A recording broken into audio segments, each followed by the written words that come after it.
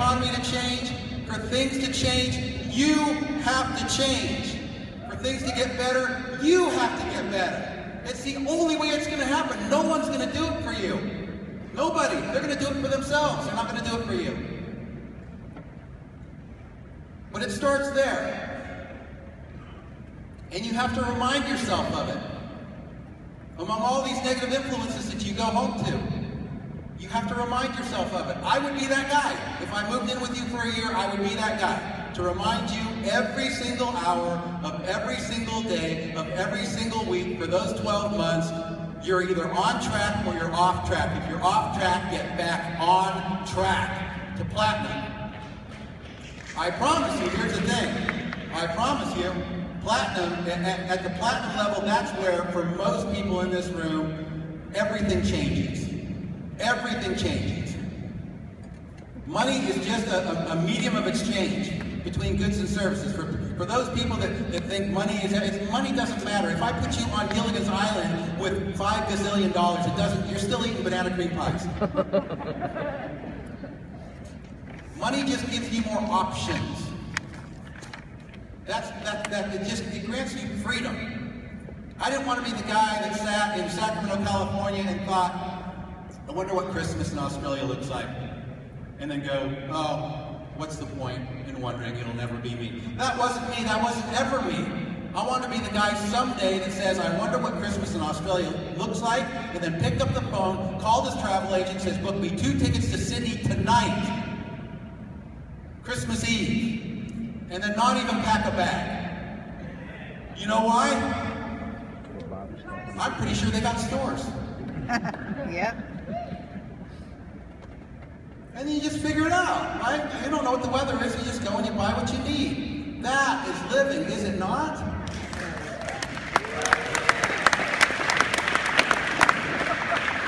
Why should we be relegated to our cities? Why should we be relegated to our states? Why should we even be relegated to our countries?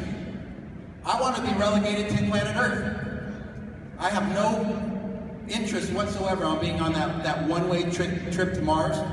Got no interest in that. Okay, but I wanted the boundaries of my life. I want to be just the planet Earth, to be able to go and experience whatever, whenever. Everybody has that opportunity. It's the same for each and every one of us. But you gotta keep doing what's called the checkup from the neck up. Why is it that some people achieve and others don't? The same opportunity, the same time, 2 people, one achieves, one does not. What's the difference? The 6 inches between the ears. That's the difference. You see, the only thing that really makes people different is how they perceive things. Barring some physical limitations, mental disabilities, the only thing that differentiates us from one another is how we perceive things. One person, 2 people looking at the exact same opportunity at the exact same time. One goes, I'm going to get rich. And the other goes, that's illegal.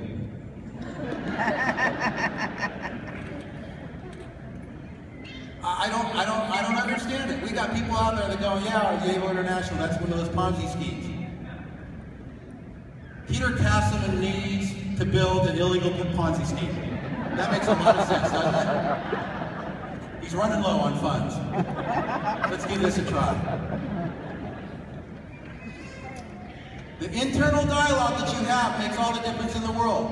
You've seen the cartoon, right? You got the angel on one shoulder and the devil on the other. And which one's chirping louder? For some of you, the devil's chirping louder. Right? You got Glum over here. You're never going to make it. We're all going to die. For others, it's the angel. You can do whatever you want. I've been telling, Renee and I have been telling our son Elias his entire life, you can do whatever you want, son. You can become whatever you want. Name it. You got to work towards it. But there are no limitations. You can do and become whatever it is you want. That should be the internal dialogue that you have. Your words are just a projection of your thoughts. The things that you say in your own environment are a projection of what you think about yourself and what you think about others and what you think about the world. To listen to some of you, is sad. Not the ones in this room. But the things that we say kills me. Whoever came up with the saying when you're parting from a friend, right? You've met a friend and you're saying goodbye. Hey, don't work too hard. Where the hell did that come from? Has anybody ever gotten anywhere in life not working too hard? We got to change that vernacular. When you're saying goodbye to your friend, Bob, Susie, good to see you. Work your ass off.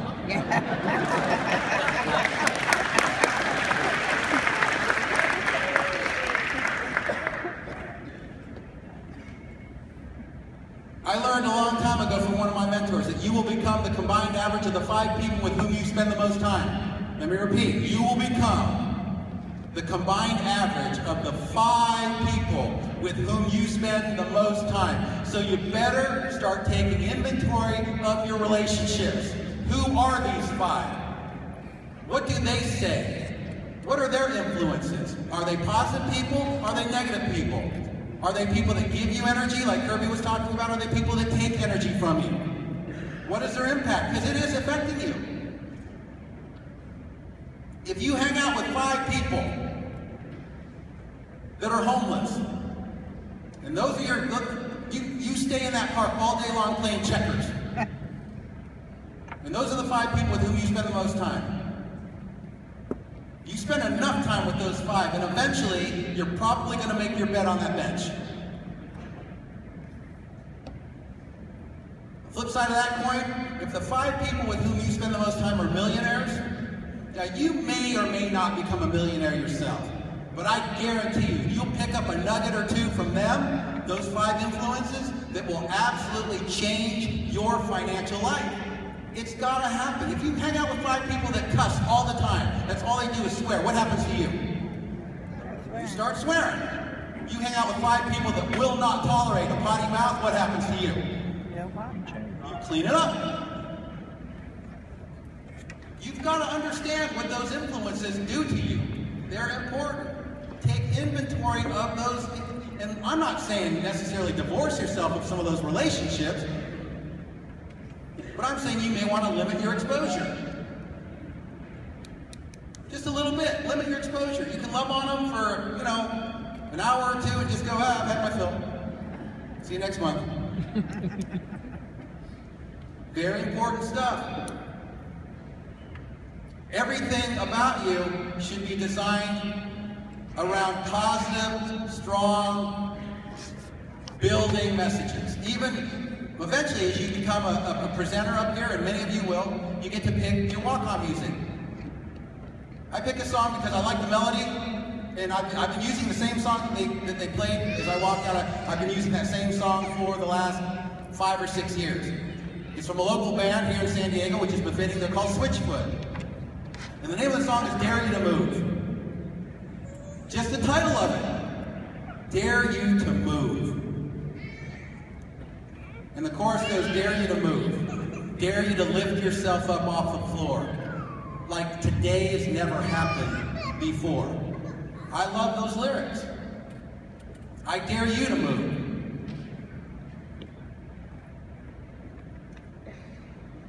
Anybody can be successful. Success is nothing more than a decision. It's a decision. And then you execute around that decision. You start moving stuff out of your way that do not serve you.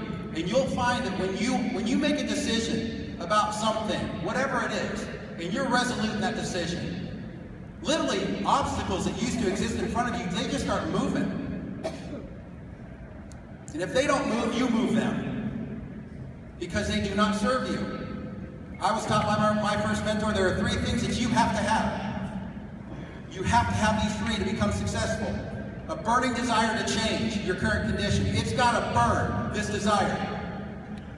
There's a lot of people in the world, again, along with don't work too hard, that would be nice. Yeah, what are you doing next for the summer? We're going to Hawaii. Well, that would be nice. Seriously? That would be nice. That's a defeatist position already. But you got to have a burning desire to change your current condition. It's got to burn. I've had people come up to me in network marketing and go, that burning desire you talk about, Jason, I've got that burning desire. I'm like, Mark, you've been in this company for 3 years, you sponsored 2 people. You might have a burning sensation, it is not desired. You should probably go to the doctor and get an ointment to clear up that burning. Be honest. At least be honest and truthful with yourself. Be honest. Start there. If you want to be platinum, but you don't have the work ethic maybe to be platinum, because here comes number 3. That was number 3. Number 2, after burning desire, is you've got to be teachable. And number 3 is you have to have a strong work ethic. If you want to be platinum, but you know you don't have the strong work ethic, just go ahead, love to be platinum, but I'm really silver material. At least you're honest. But the people that come up to me and go, remember my name, you will see me at the top. They're the first ones to disappear. I don't know if they're trying to convince me or themselves. It's true.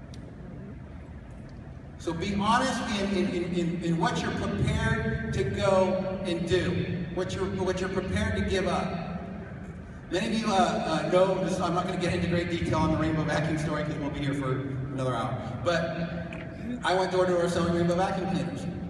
And the thing is, I had a trainer, and I bought one of these machines for $1,500 in a 600 square foot, 1-bedroom apartment.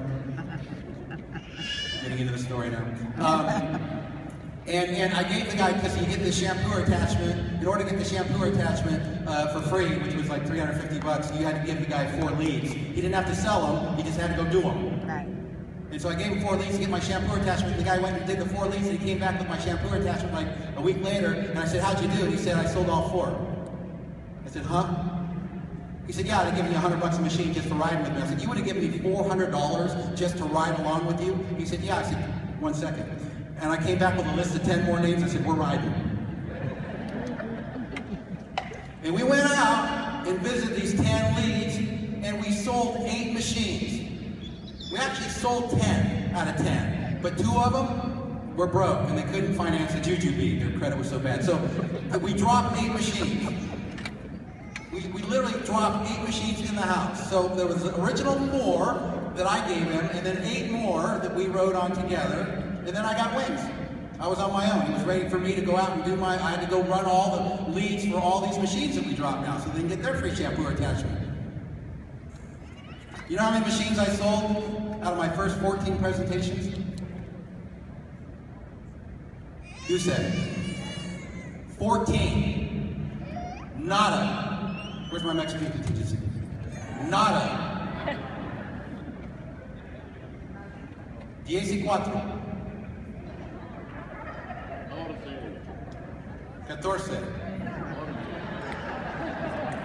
Spanglish. Nothing. I sold 14 in a row. Nothing. How many of you would have lasted? How many would have lasted 14 in a row? How many would have quit at 3? How many would have quit at 2?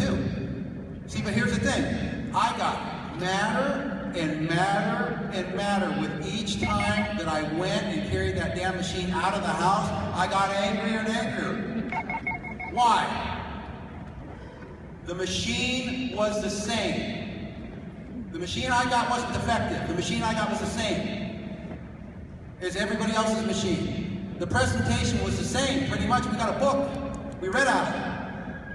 The compensation plan was the same. How I got paid was the same as everybody else, except I got 0, and they got money. And I'd go to those sales meetings, and they would get their checks and come across the stage. Here's, $1,000 for you, and $5,000 for you, and whatever, based on the sales that week, and I got nothing. All these were constants. The machine was a constant. The presentation was a constant. The compensation plan was a constant. There was one variable. What was it? And I was okay with owning that, because you gotta own that. You can't look at other people having success on the same machine or the same opportunity. Other people are doing it, you're not doing it, and think the product's a problem, or the company's a problem, or the opportunity's a problem. It was me, and I'm okay going, it's me. But I'm not, look, those people aren't better than me. Not that I think I'm better than them, but they're not better than me. They're doing something certainly that I'm not doing. And I went to a training meeting and I saw something, I don't even remember what it is anymore, but I saw something, I went, I'm not doing that. And I started doing that. And I sold my next 8 in a row. But I was willing to stick with it because I knew that it was me. It wasn't the product. It wasn't anything other than me. And you have to understand that. You have to take ownership and responsibility for where you may not be succeeding when everybody around you or other people around you are succeeding. That's okay. We have to fix and refine and tweak our presentations and figure out what it is that we are not doing that other people are doing, or maybe something that we are doing that other people are not doing that's causing them to have more success than us. You gotta have that commitment though. You have to have that commitment first to yourself, not to your sponsor, not to me, not to David Brown, not to your spouse, not to your kids. It's okay to have commitment to them, but the most important commitment is to yourself. Because you should never, ever let yourself down. How can you possibly look at yourself in the mirror if you let yourself down? Commitment, the definition of commitment is doing the thing that you said you would do long after the feeling that you said it in has left you. It's easy to come to an event like this and get caught up with 1,000 people all moving in the same direction, right? All the Clydesdales are pulling the Budweiser truck in the same direction. It's easy to get caught up, I can do this, I can do this, I can do this. Then you go home and you fall into that old groove with those negative people, negative influences. Commitment, doing the thing that you said you would do long after the feeling that you said it in has left you. This is big stuff. If you get this part, everything else happens all by itself. It's not hard to talk to people. I'm assuming you've done it a couple of times. The fact that you're clothed right now, you talk to somebody. It's not hard. But you gotta get the 6 inches between the ears right. And when that's right, everything changes. And I'm not just talking about Yavo. Everything in your entire life changes when the 6 inches between your ears gets right. Some of you might think that there are sacrifices involved in becoming successful. Maybe. But they're not really sacrifices if the end result, if the end game is worth it. Not really sacrifices. You might miss some stuff. I've missed some stuff. You might miss birthday parties. I've missed them. You might miss friends saying, hey, let's go to this movie. You might miss a wedding. But the end result of this work and this dedication, this commitment, for me anyway, is worth it, because then you can go to everything. It's short-term sacrifice for long-term freedom.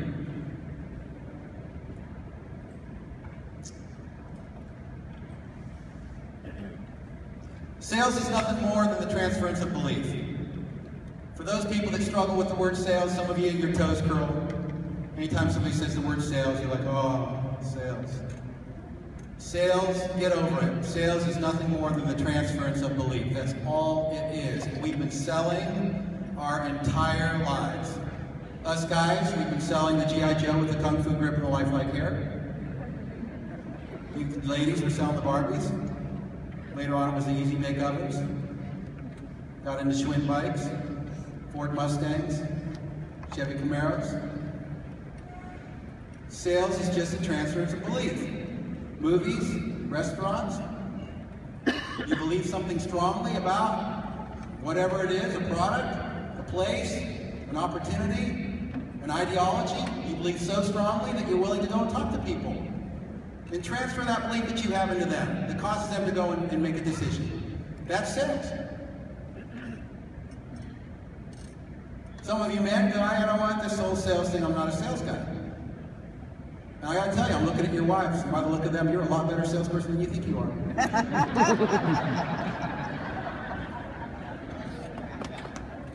And ladies, you are way, way better at this than we are. You have to understand that. You are way better at network marketing than we are. Why else do all of the network marketing companies, barring the ones that are designed for women, primarily like the Avons and the Mary Kays and the Arbonnes, okay, but every other network marketing company, the percentage of female distributors is 70%.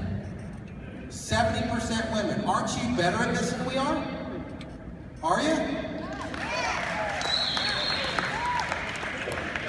Because look, you guys will talk to anybody about anything. We have to posture. Men have to look cool. Right? If we feel like we're not gonna look cool, we're not gonna say it. Women don't really care. It's about the emotion thing, it's not about the posture thing. You're the nurturing of the two sexes. You want to heal the world. That's a great thing. That's a great thing. That makes you better at this than we are. Men just need to know the product's good enough that it's not going to kill somebody. If there's money involved, we're in. So ladies, you're better at this. Anthropologically speaking, you're better at this. I was like, anthropologically. That was a 6-syllable word I just read here. What is that, a hexasyllable? You're better at this. Here comes an inconsistency. Are you ready for this in equity? 70% of the constituents of any network marketing company are female, yet what is the percentage of women on stage doing what I'm doing right now? Anybody want to guess? 10. Maybe 20%. Are you okay with that? Because I'm not okay with that. But here's the problem. You guys, for whatever reason, you're better at this, but you haven't owned it. Own it. I don't know why you haven't owned it. I don't know what voices you hear in your head that says I can't own it. Maybe some of you think, well, it's a man's world and I probably shouldn't speak up. Own it, freaking own it. Can you own it? Yeah. We should see, look, we're young, we're just born. We should see in 6 months' time from now, a year maximum, at least 50% of the presenters from stage should be women. Are you with me?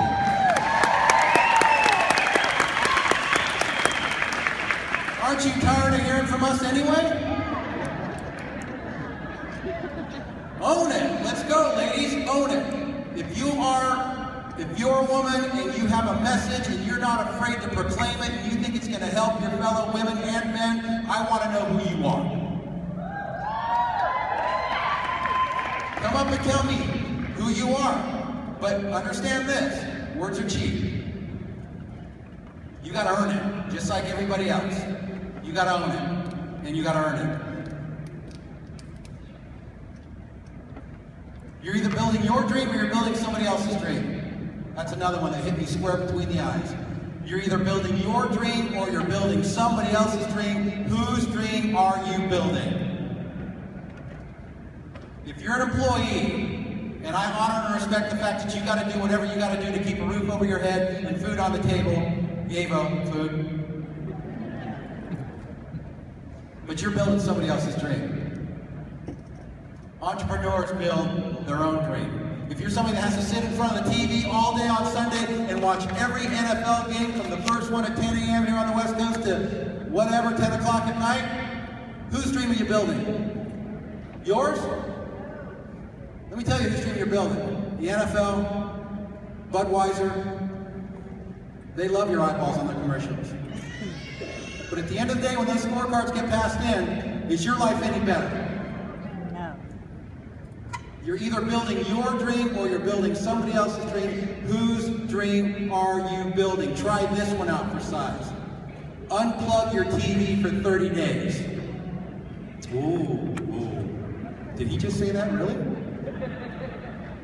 Unplug it. Don't turn it off, because that on button's too easy to just do that. Unplug it. 30 days. See what happens to your family, because some of you got a TV in every room for each kid. And you're completely plugged in. Unplug the TV and see what happens. See if Chutes and Ladders doesn't break out. See Candyland doesn't find its way back onto the kitchen table.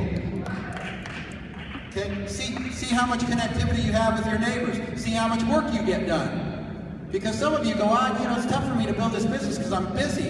And you don't realize that busy for you is 4 hours of TV a day. Come on. Let's get honest.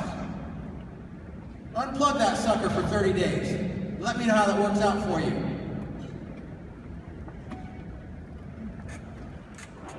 You got to stay current on your craft. One of the things that's going to keep you centered here, because again, you get this message, it makes good sense. Does it make good sense? 5 of you? Yes. 25 of you? Yes. It makes good sense, but the further you get away from it, the more you lose of it. You know the saying, absence makes the heart grow fonder? Do you know it? Whoever made up that saying, they were not a network marketer. Absence does not make the heart grow fonder in network marketing. Absence makes for absenteeism. That's what absence makes. The more you miss us, the more you will miss us. The more you're away from us, the more you'll become, and pretty soon you'll just be like that, the guy that goes for the spacewalk outside of you know, the shuttle, and the tether just gets longer and longer and longer until snap, and you just go tumbling out into space. You're gone. You're gone. You've got to stay connected to this messaging. It is all around you. It's coming from R.A.W corporate. It's coming from your upline. It's coming from your sidelines. It's coming from your downline. It's coming from everybody. Stay plugged into it. Why do we go to church? I'm the wrong person to ask this. Why do we go to church every week? Why? Because next week isn't going to be any better than last. It's tough out there. Right? You need that checkup from the neck up. Stay plugged in to your craft. How can we do that? Meetings. 2 home meetings a week. This is the platinum mindset. This is not the silver mindset. 2 home meetings a week, either in your house or you're supporting somebody else's. And a home meeting, if it goes more than, if the actual structured home meeting goes for more than 30 minutes, you are off track. The structured part, you got the pre-meeting, you got the meeting, you got the post-meeting where people are hanging out, which is really the meeting. But if the structured part of your meeting is more than 30 minutes, you're off track. You think it's about you, and it's not about you. It's about the guest. But you got to do 2 meetings a week, 2 home meetings a week. Once you start gathering enough people within your community, in your city, you want to start gathering for a hotel meeting. And those hotel meetings can happen once a month. They can happen twice a month. These are bigger opportunities where everybody's plugging in together. You want to do a Saturday morning training, about an hour-long training of getting started fast training for all the people that enrolled into your organization in the preceding week. If it goes more than an hour, you're off track. It's about getting people together. It's about feeling the camaraderie. It's about relationships, connecting people. You could do the same training on the phone. Does it have the same effect? Does it? No. That's why we do this. Technically, we could have done this on a webinar or something. We could have streamed this into your homes. Would it have had the same effect? Nope. This is a relationship business. Conference calls. I do a Sunday night team training opportunity call. Who's on it? Liars, because I see the numbers. Everybody raise their hand. I don't have 1,000 people on that Sunday night call. I don't. The bridge has the capacity to handle 5,000. I don't have 1,000. Sunday night, now I understand that for some of you there's reasons, there's religious beliefs why Sunday doesn't work for you. That's fine. Guess what? We record them. You can listen to it Monday, but you don't. Some do, most don't. But that's another way to stay plugged in to the mothership. YavoTools.com. Who knows about YavoTools.com? Any of you? Who doesn't know about YAVO? That's the first time you heard of YavoTools.com. That's a third-party market. That's Sound Concepts. It's a third-party marketing company that has a bunch of tools for you.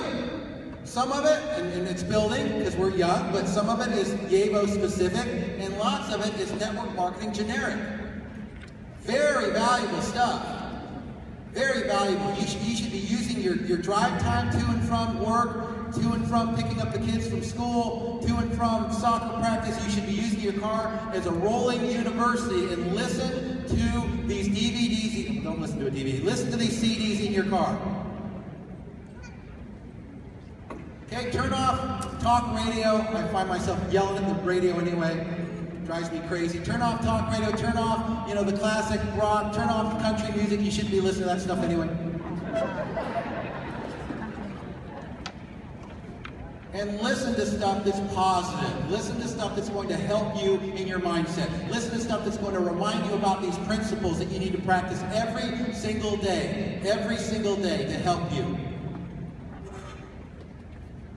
At the end of the day, really, what we're talking about here is your self-image. How do you see yourselves? How do you want to be remembered? What do you want people to say about you when you're gone? Do you want people to go, man, that gal, she made a huge impact on this planet while she was here, and man, I'm gonna miss her. Or do you want your name just to maybe appear in a newspaper in the obituary section? Nobody really notices. How do you want to be remembered?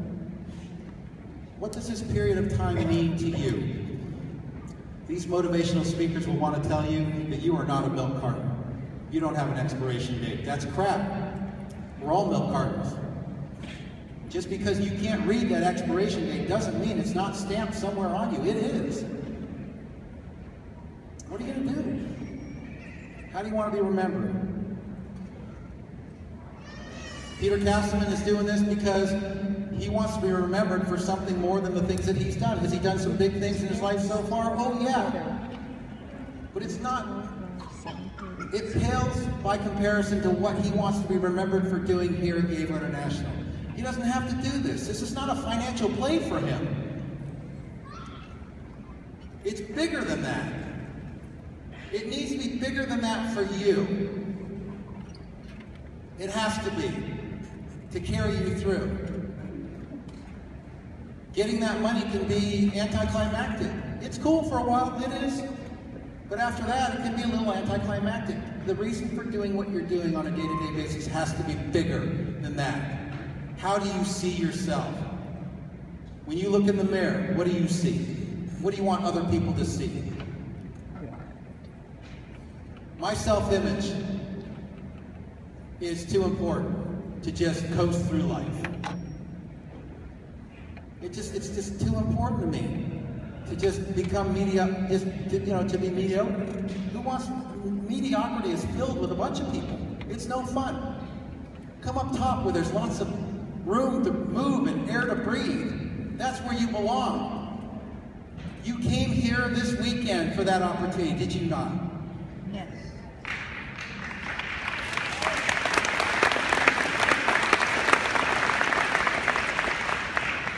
It breaks my heart, statistically speaking, it breaks my heart to know that some of you won't be here 6 months from now. Because we're all rainbow vacuum cleaner salesmen together right now. We all have that same opportunity. The exact same opportunity. For some of you, to see this many Mexican distributors where we're not even open yet, and to see this many Japanese distributors where we're not even open yet, and to see this many Korean distributors where we're not even open yet, cross the stage, should scare the essential nutrients out of you. You should have little 43s running down your leg right now.